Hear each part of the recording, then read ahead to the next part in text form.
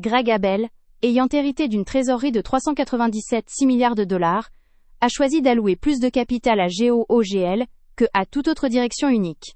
Cette asymétrie constitue l'anomalie centrale de notre analyse. La lecture consensuelle est simple. Berkshire a triplé sa participation dans GOOGL pour atteindre environ 58 millions d'actions, soit une position de 16,6 milliards de dollars, figurant désormais parmi ses 5 plus importantes lignes. Le marché y a vu une validation immédiate, mais cette interprétation ignore une question de fond. Abel a simultanément liquidé ses positions dans Amazon, Visa, Mastercard et United Health, réduisant le portefeuille de 40 à seulement 26 titres. Cela signifie que GOOGL n'a pas seulement été ajouté, il a été privilégié par rapport à l'ensemble du cadre historique de Berkshire en matière de sociétés à croissance composée. Ces sorties sont plus significatives que l'entrée elle-même. Visa et Mastercard incarnaient les fossés économiques classiques de T.L. R. Buffett. Rendement des capitaux propres élevés, légèreté du capital et résilience quasi totale face aux récessions. Céder ces deux piliers tout en triplant la mise sur GOOGL signale qu'Abel réévalue la définition même d'un avantage concurrentiel durable. Ce changement de paradigme est le cœur de l'histoire des flux de capitaux, car les investisseurs institutionnels qui suivent les rapports très élevés de Berkshire font désormais face à une remise en question de leur propre cadre d'analyse, et non plus simplement à une question de positionnement. Le signal envoyé par Abel est que les 64,4 milliards de dollars de flux de trésorerie disponibles, et les 126,8 milliards de dollars de liquidités au bilan de GOOGL, répondent aux critères de préservation du capital de Berkshire. Parallèlement, le triplement du résultat opérationnel du cloud à 6,6 milliards de dollars en un an, satisfait simultanément les exigences de croissance. Cette double qualification correspond à ce que Berkshire décrit comme un actif à la fois défensif et axé sur la croissance, une terminologie rarement appliquée à un même titre dans leur vocabulaire habituel. Le rallye de 38% de GOOGL, depuis la fin du premier trimestre, confirme que le marché a réévalué le titre sur ce signal, avant même que la lecture du 13F ne soit achevée par la plupart des observateurs.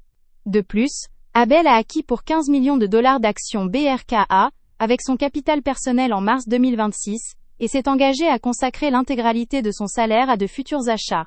Le fait que le pari massif sur GOOGL et cet engagement personnel surviennent au cours du même trimestre, n'est pas une simple coïncidence narrative. Cela indique aux allocateurs d'actifs que ce changement de cadre est personnel et durable, et non une simple couverture décidée en comité.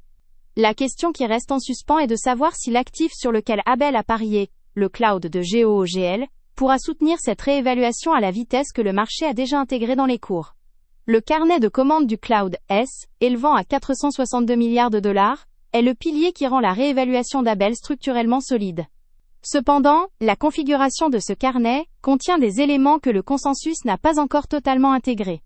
L'engagement de 200 milliards de dollars d'Anthropic envers l'infrastructure Google Cloud représente le contrat d'ancrage le plus massif de l'histoire de cette division.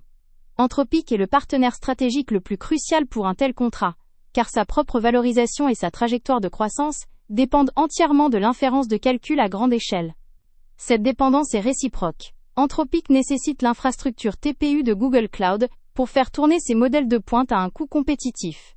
Inversement, Google Cloud a besoin des charges de travail d'Anthropic pour justifier des dépenses d'investissement prévues entre 175 et 185 milliards de dollars en 2026, lesquelles compressent actuellement le flux de trésorerie disponible de GOOGL de 46,6%. Cet engagement de 200 milliards de dollars transforme ce qui semblait être un pari infrastructurel discrétionnaire en une rampe de revenus contractuellement ancrée. C'est précisément pour cette raison que le carnet de commandes a presque doublé pour atteindre 462 milliards de dollars, alors même que les investissements doublaient également. Il faut toutefois surveiller un contre-signal. L'effondrement du flux de trésorerie disponible, tombé à 10,1 milliards de dollars au premier trimestre. C'est la variable seuil qui sépare les thèses haussières et baissières sur GOOGL. Si le carnet de commandes du cloud se convertit en revenus comptabilisés plus rapidement que le pic des investissements, le flux de trésorerie se redressera, et la position de 16,6 milliards de dollars de Berkshire paraîtra alors bon marché avec un ratio cours/bénéfice prévisionnel de 28. Si les dépenses d'investissement continuent de croître sans une conversion proportionnelle du carnet, ce même PE deviendra un plafond plutôt qu'un plancher.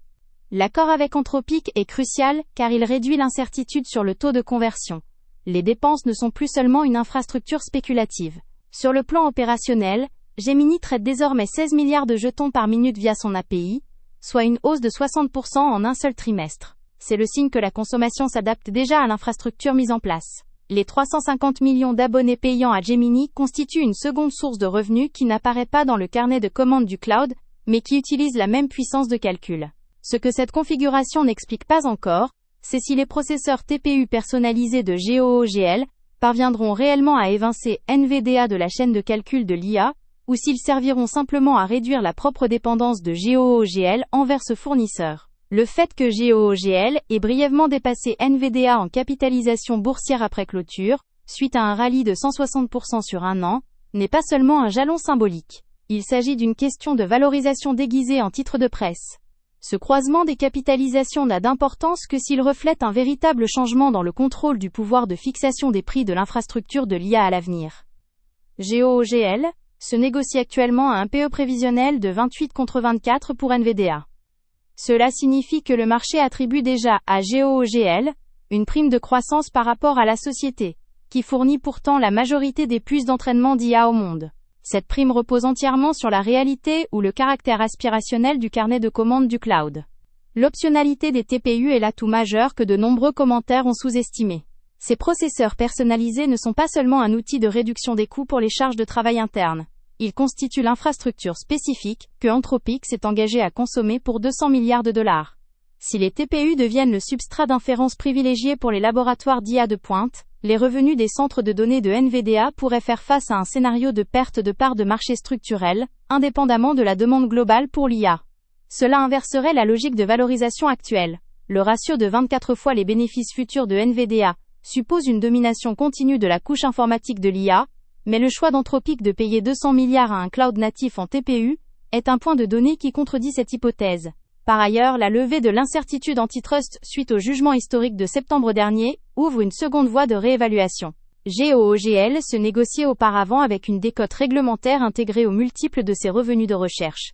La suppression de cette décote permet à la croissance de 19% de la recherche d'être capitalisée à un multiple plus élevé, et ce, simultanément à la réévaluation du cloud. La convergence de deux expansions de multiples indépendantes dans le même cycle de résultats est ce qui a propulsé le rendement annuel de 160%. C'est aussi ce qui rend le PE prévisionnel de 28 moins alarmant qu'il n'y paraît lorsqu'il est examiné de manière isolée. L'alternative non résolue réside désormais dans la trajectoire des investissements par rapport au calendrier de redressement des marges. Si GOOGL maintient des investissements annuels de 175 à 185 milliards de dollars jusqu'en 2026, alors que le carnet de commandes se concrétise comme prévu, la position de Berkshire ressemblera à un positionnement infrastructurel de début de cycle. C'est la même logique qui rendait les investissements ferroviaires onéreux jusqu'à ce que le volume de fret justifie la pose des rails. À l'inverse, si la conversion du carnet tarde et que le flux de trésorerie disponible reste comprimé sous les 10 milliards de dollars par trimestre, le ratio PE de 28 secondes érodera plus vite que le rallye ne le suggère. Le pari stratégique d'Abel sera alors testé à l'aune de la même discipline de trésorerie qui a défini Berkshire sous L.R. Buffett. Le critère introduit par Abel, un GOOGL, simultanément défensif et axé sur la croissance, ne sera validé que si le résultat opérationnel du cloud continue de croître à son rythme actuel tout au long du cycle d'investissement massif.